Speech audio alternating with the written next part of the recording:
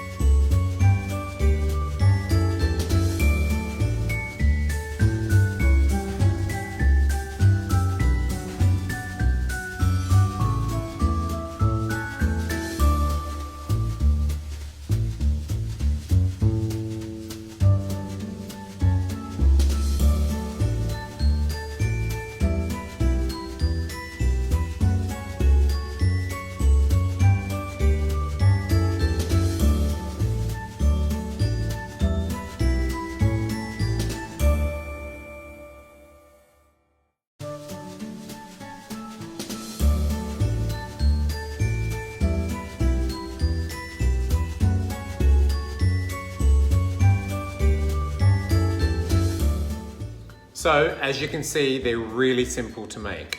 I've got mine right here. I tend to put a bit of Parmesan cheese on top, or you can put some feta on top, or some slices of tomatoes, or some fresh basil and some oil, whatever.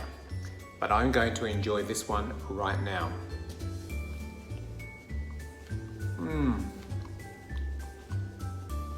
Again, so simple, full of flavor, and you can make these now.